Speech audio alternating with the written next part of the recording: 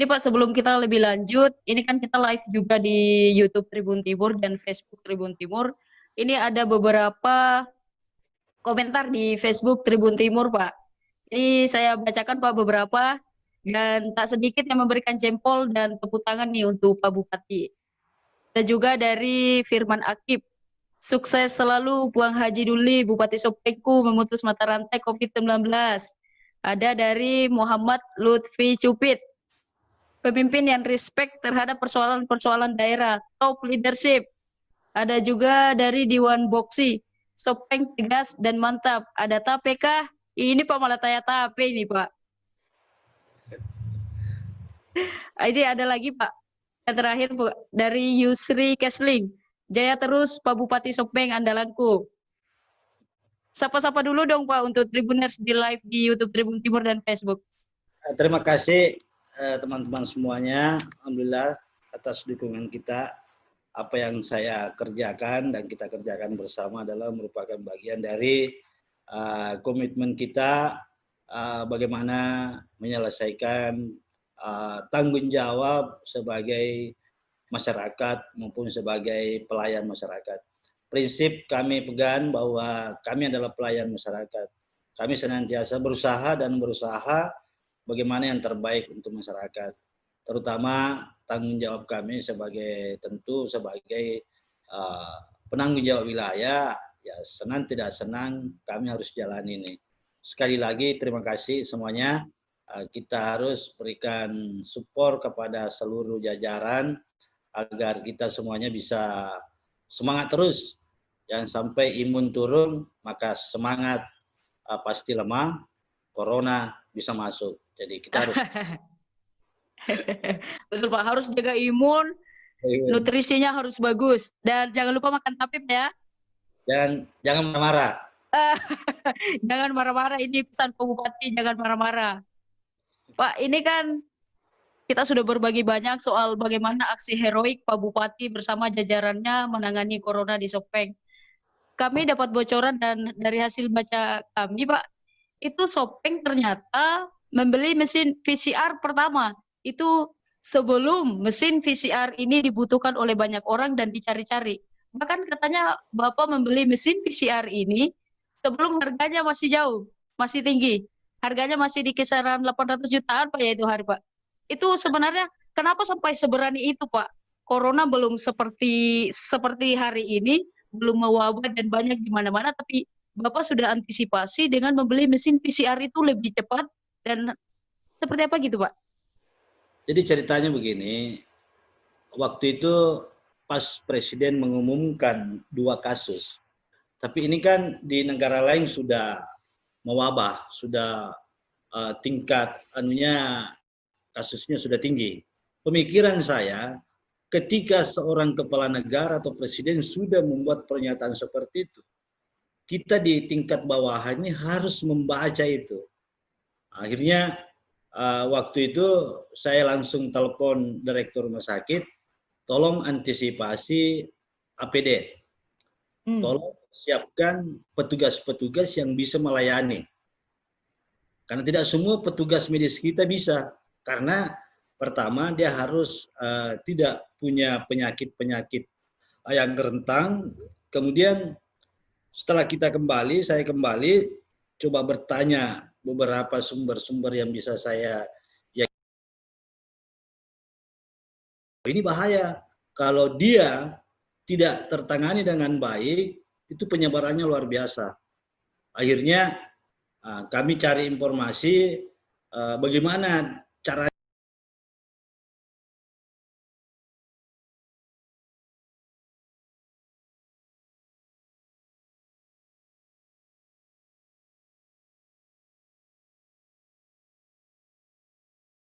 rumah sakit yang bisa mendeteksi misalnya HIV, mesin TCM itu. Kita kan punya juga sebenarnya. Cuma pada saat pengurusan izin juga lambat. Kemudian kemampuan hasilnya itu paling berapa 1 kali sampel. Jadi tidak maksimal. Akhirnya kami mencoba mencari cara bagaimana ini, akhirnya kami dapatlah jaringan untuk dapatkan PCR. Prinsipnya waktu itu kami tidak memikirkan berapa anggarannya. Yang penting bagaimana bisa menyelamatkan masyarakat kalau terjadi yang terburuknya. Kemudian kenapa kami membuat ruang perawatan? Pertama, karena pengalaman pertama ini banyak masyarakat tiba-tiba trauma, tidak mau ke rumah sakit. Jadi saya berpikir bahwa harus cepat kita pisahkan pelayanan umum di rumah sakit dengan pelayanan khusus COVID ini, corona ini. Nah, dalam waktu hanya kurang lebih 1 bulan kita rehab rumah sakit lama kita lengkapi, kemudian meminta masukan kepada ahlinya. Kebetulan ada teman-teman di ID meninjau pada saat sebelum dioperasikan bahwa apakah yang kami lakukan ini sudah mulai standar. Akhirnya ada beberapa dikoreksi. Nah, alhamdulillah sekarang kita sudah fungsikan rumah sakit kita ini standar untuk perawatan COVID. Jadi mulai dari ventilator, kemudian ruangannya ada pembersih udara, ada yang jaringannya sampai, karena udara yang keluar di ruangan ini tidak boleh sembarangan kita buang. Makanya dibuat jaringan khusus masuk ke safety tank. Nah, itu yang kami kerjakan. Kamar rumah sakit kami untuk pelayanan COVID ini menampung 50 orang. Sampai persiapan mayat pun, kamar mayat pun kita sudah siapkan, peti jenazah kita sudah siapkan. Kita berusaha bagaimana terjadi apa-apa, terburuknya ya kita harus tangani dengan baik. Nah, itu yang mesin PCR ini alhamdulillah kalau maksimal dia bisa menyelesaikan 1000 sampel per hari dengan 2-3 shift yang bekerja. Dengan regen yang bagus, karena regen ini juga kan berbeda-beda mereknya, terkadang lambat dibaca oleh alat itu. Bukan berarti tidak bisa, tapi lambat. Makanya kemarin waktu rapat dengan Pak Gubernur, kami menyarankan bahwa Makassar, Maros yang punya alat ini biarlah melayani Maros, Pangkep. Yang lainnya utara dengan tengah, Sopem bisa berpartisipasi melayani uji swabnya ini. Supaya masyarakat, sebenarnya kan Makassar ini yang perlu cepat diselesaikan. Karena Makassar ini kan semua masyarakat di Selatan ada semua di Makassar. Jadi kuncinya Makassar selesaikan. Daerah tidak seberapa, kurang lebih 70% kasus kan di Makassar, Goa, Maros. Yang lainnya terbagi-bagi di daerah-daerah. Kalau Makassar tidak terkendali, yakin dan percaya kita akan semua terancam. Kata kuncinya, bagaimana Makassar diselesaikan dalam waktu yang singkat. Caranya, bagaimana kemampuan PLT Wali Kota yang baru, bagaimana kerja-kerja tim, nah kita lihat. Nah, alhamdulillah, Makassar Wali Kota sudah menyampaikan bahwa akan diberlakukan bebas COVID yang keluar masuk di Makassar. Insya Allah berhasil kalau itu diberlakukan. Kalau berani lakukan ya. Karena karakter orang Makassar di Makassar kan beda-beda juga. Nah, kalau kami beda. Kami gampang. Untungnya kami punya rumah hantu. Jadi yang nakal-nakal ada caranya kita bawa ke sana bermalam. Nah, alhamdulillah efek jaranya luar biasa. Tidak ada lagi yang berani begadang, yang tidak mau mendengarkan arahan-arahan kita. Ya bukan penegakan hukum, cuma diajak berwisata di Villa Juliana. Itu kira-kira. Diajak berwisata, Pak ya. Semoga saya tidak pernah ke sana deh Pak, berwisata untuk itu Pak. Ini Pak, dari poin-poin yang Bapak paparkan di Jakarta kemarin, ada juga ide untuk mengadakan swab mobile gitu Pak. Sudah itu kita sudah Pak dijalankan di Kabupaten Sopeng. Dan seperti apa mungkin hasil atau data yang sudah didapatkan dari sana Pak? Seperti apa dari swab mobile itu? Membantu seperti apa gitu Pak mobile swabnya? Jadi sebenarnya mobil ini dia bekerja setengah jadi. Artinya pengambilan swab kemudian dilakukan pemeriksaan sambil jalan. Kemudian setelah itu dibawa ke lab. Jadi cepat prosesnya. Beda kalau misalnya dari awal baru diambilkan swabnya baru dibawa ke mesin PCR. Jadi ini mobile keliling. Apalagi kalau ada kasus, itu dia pasti sibuk karena minimal kurang lebih 50, satu kasus itu kurang lebih 50 yang diperiksa. Karena kayak multi level itu. Makanya semakin cepat ketahuan, semakin mempermudah kita melakukan penelusuran riwayat kontak. Kalau lama, maka panjang prosesnya ini kita, karena kita betul-betul harus mencari sampai di ujung terakhirnya ini yang pernah kontak. Nah inilah juga kejujuran penting. Kejujuran sangat penting. Karena kalau tidak jujur, maka pasti tidak bisa maksimal. Nah tapi inilah kelebihan tim surveillance kami, karena dia sudah bisa meyakinkan orang supaya jujur. Jadi cepat dia bisa lakukan pendeteksian untuk melakukan uji swab. Kalau menuju Sopeng new normal ini Pak, seperti apa nanti ke depan Sopeng menuju new normal? Apakah ada sesuatu yang baru akan diterapkan atau ada peraturan-peraturan atau kebijakan yang harus betul-betul diikuti oleh masyarakat untuk betul-betul bebas dari corona ini Pak? Sebenarnya kami di Sopeng itu sudah jalan new normalnya. Tidak ada pembatasan-pembatasan yang kita lakukan dalam beraktivitas di Sopeng. Objek wisata Leja sudah buka, semua sudah dibuka. Pasar tidak pernah kita tutup. Tidak ada sebenarnya di sektor pertanian. Cuma satu saja yang belum berjalan sekarang ini, hanya masalah pendidikan. Yang lain berjalan. Termasuk kemarin saya bersama masyarakat beridul fitri di masjid. Tidak ada yang kita, kan pembatasan-pembatasan yang memang kalau di perbatasan ketat, tapi kita kan sudah bersihkan di dalam ini, ibaratnya kita sudah bersihkan, cuma menjaga jangan sampai ada kotoran baru lagi yang masuk. Jadi kita di Sopeng tidak ada yang seperti biasa.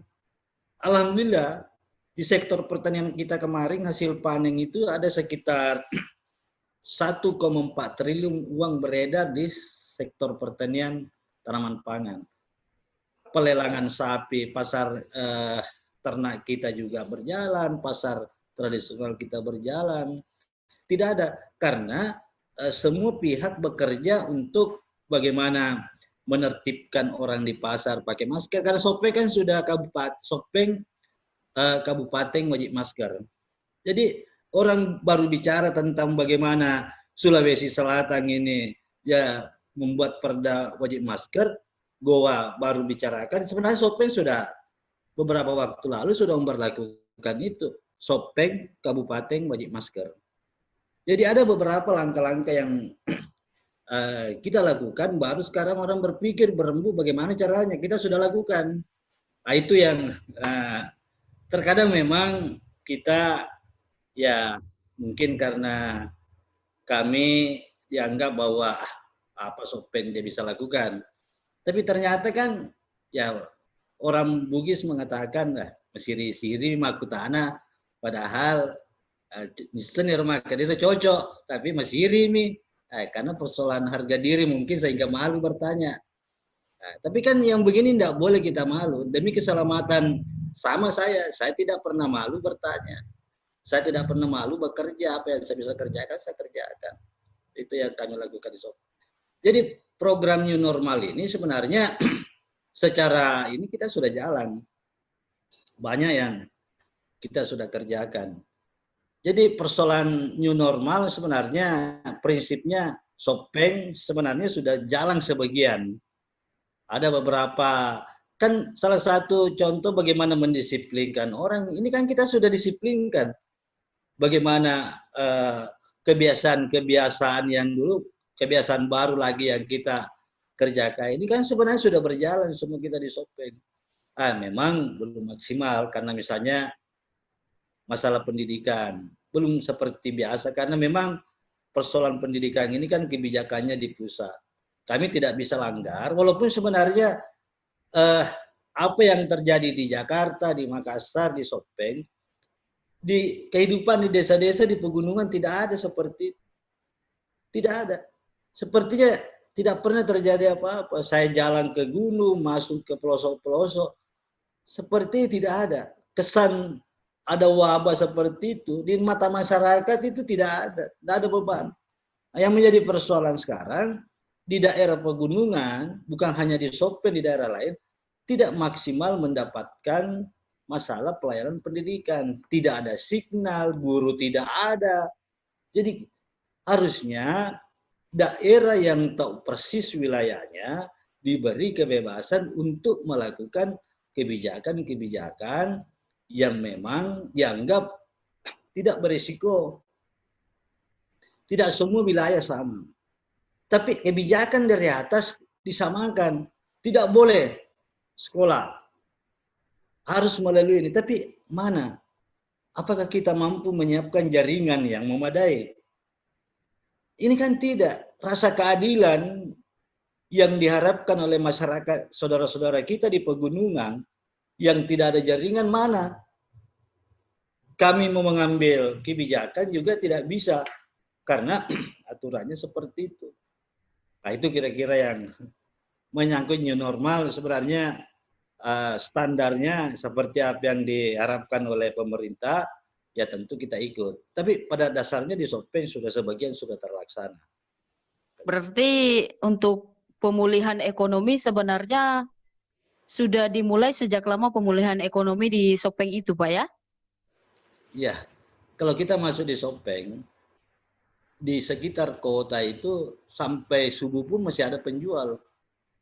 Apalagi nasi kuning, malam minggu ramai, di warung-warung kopi ramai. Jadi tidak ada lagi sebenarnya yang berlebihan yang kami lakukan, karena prinsipnya bahwa ada keyakinan dari kami, apa yang kami lakukan selama ini sudah anggap steril.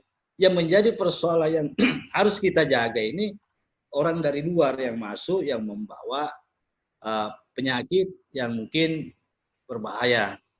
Karena bukan hanya sebenarnya corona ini yang kita tangani, ada beberapa yang rentan, yang harus kami jaga. Misalnya yang sudah berumur 60 ke atas, 70 ke atas, ada sekitar 700 orang ini, ya kami larang ke tempat pelayanan kesehatan, kami yang datangi. Jadi petugas kita yang datang mengontrol ini, jangan sampai mereka ke tempat pelayanan kesehatan bermasalah. Nah, itu kan yang kita ketahui bahwa yang paling gampang dimasuki tertular itu yang mempunyai penyakit bawaan yang kronis, yang rentang ini. Nah, itulah langkah-langkah. Kemudian juga jangan lupa DBD juga harus diantisipasi. Nah, TBC, DBD ini bahaya semua. Jangan sampai kita terlena di corona ini, nah, kita abaikan itu. Ini tidak boleh terjadi, makanya tentu dengan kesiapan sarana dan prasarana.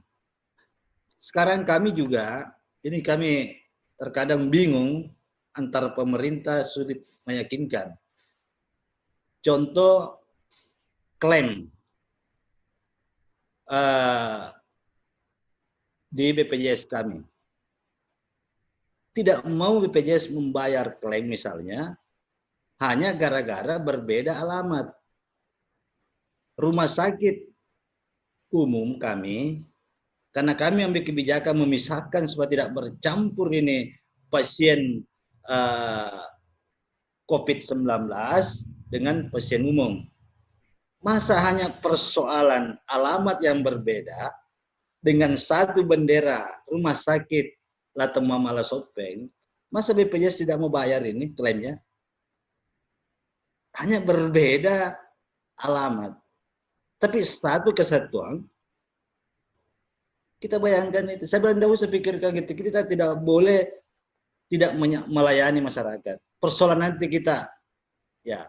Jadi jangan salahkan kami nanti kalau kami memutus kontrak kerja dengan BPJS.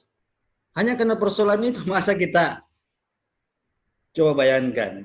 Hanya persoalan beda alamat saja pelayan, tapi satu manajemen, satu manajemen. Harusnya saya dihargai, dibayarkan lebih kalau perlu, karena saya mengambil suatu proteksi pembatasan jangan sampai pasien umum dengan pasien yang terjangkit COVID ini bercampur. Nah, tapi tidak apa-apa, tidak apa-apa. Saya akan Tapi ambil, ya kan. ya Pak. Dan sejauh ini Pak, apakah langkah-langkah yang sudah Bapak lakukan selama ini dari awal, mulai dari pembelian PCR sampai penerapan wajib masker di Kabupaten Sopeng, apakah Bapak menilai apa yang sudah dilakukan ini berhasil atau akan ada lagi langkah-langkah ke depan mungkin yang belum diterapkan di Kabupaten Sopeng dan akan diterapkan dalam waktu dekat ini Pak untuk mengatasi corona itu Pak sampai betul-betul nol kasus di Sopeng? Insya Allah saya akan target kami, karena kami bekerja selalu ada target. Pertama kemarin kita bisa capai target karena kebersamaan. Ini juga harus lebih ditingkatkan.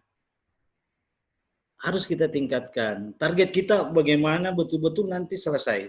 Nah, makanya kami mencoba membuka komunikasi dengan provinsi, karena hasil yang kami dapatkan bahwa bukan berarti apa yang kita kerjakan ini tidak selesai, tapi tidak akan mungkin selesai kalau Makassar tidak selesai. Karena ibaratnya sumber Lakoro ini kan datanya dari Makassar. Ini harus ditutup. Coba bayangkan kalau misalnya apa yang kami lakukan, Maros lakukan, Pangkep lakukan, Baru lakukan, kami tidak kerja. Karena sudah tersaring dari Makassar sampai ke Sopeng. Apalagi wilayah kami kan tengah. Yang lucu ini cuma kami Sopeng yang selalu berlakukan seperti itu. Tapi tidak apa-apa, yang penting kami berbuat. Daerah lain yang sebenarnya saya mau maaf kepada semua pihak, seluruh pemirsa, bahwa saya katakan ini Sopeng daerah kecil. Ada beberapa muncul kasus yang bersumber dari Makassar. Di Makassar ini bukan hanya orang Sopeng, hanya sebagian kecil orang Sopeng di Makassar tapi punya kasus. Coba bayangkan daerah lain bagaimana. Coba bayangkan Sopeng saja daerah yang kecil ini ada sumber kasusnya dari Makassar. Pasti daerah lain juga begitu. Cuma mungkin mereka tidak kerja. Sebenarnya kami pun juga bisa lakukan itu. Walaupun kami tidak kerja, tidak ada masalah. Kita diam-diam saja. Dia kan nanti kan kalau orang meninggal, ya paling dianggap meninggal biasa, berarti itu sudah terjangkit COVID-19. Tapi kami tidak mau seperti itu. Ya, mohon maaf, jangan sampai ada teman-teman bupati yang merasa bahwa tidak bekerja, semua bekerja. Cuma kita semua bekerja, cuma cara kita yang berbeda. Jadi itu kira-kira satu saja prinsipnya bahwa sumbernya dari Makassar, tidak mungkin daerah lain tidak ada warganya yang terkena. Sopeng saja yang kecil, ada berapa yang kena, apalagi daerah lain. Sederhana saja. Jadi gini Pak, seandainya Bapak ini PJ Wali Kota Makassar, apa yang akan Bapak lakukan nih untuk mengatasi pandemi corona di Makassar? Saya sebenarnya ini kan cuma berandai-andai saja. Ya Pertama, Pak. bagaimana melibatkan ahli. Kemudian di Makassar ini kan banyak kekuatan, banyak pasukan yang bisa dilibatkan. Bagaimana memproteksi ini dengan cara strategi, tentu libatkan Pangdam, libatkan Kapolda, libatkan Lantamal, semua yang punya pengalaman perang, pengalaman penugasan, kita diskusikan dengan rekomendasi ahli. Caranya bagaimana? Buka tutup, buka tutup. Ibaratnya ini dikurung. Kurung. Artinya di blok-blok, periksa. Kita bayangkan berapa miliar uang yang disiapkan. Baru berapa yang terserap. Habiskan itu uang demi keselamatan rakyat. Ini kan uang untuk rakyat. Kenapa tidak digunakan? Kenapa mau takut? Yang salah itu kalau kau salah gunakan. Sepanjang digunakan untuk kepentingan masyarakat, kenapa tidak? Coba. Di sisi lain serba kekurangan. Di sisi lain kelebihan uang. Kan begitu. Uang banyak, tapi tidak tahu mau diapakan. Baru 100 miliar uang provinsi dipakai. Makassar baru berapa miliar. Masih banyak. Kenapa hamburkan itu uang, habiskan itu uang. Yang penting rakyat selamat. Beli VCR, swab. Jangan pakai rapid test, semua di swab. Berapa sih? Taruhlah 1 juta satu orang biayanya. Berapa juta penduduk di Makassar? Habiskan berapa ratus miliar uang. Swab, pisahkan. Dapat pisahkan. Insya Allah selesai. Saya paling lama 2 bulan saya selesaikan Makassar. Yang penting didukung oleh semua elemen. Nah, beri kita kesempatan. 2 bulan selesai. Luar biasa Pak, ini sangat optimis Pak ya. Harusnya memang optimis ya Pak, apalagi ada bantuan banyak tenaga yang bisa membantu dan stakeholder pasti akan bekerja sama untuk bersama-sama menyelesaikan pandemi ini dan menghilangkannya dari tanah Sulawesi Selatan.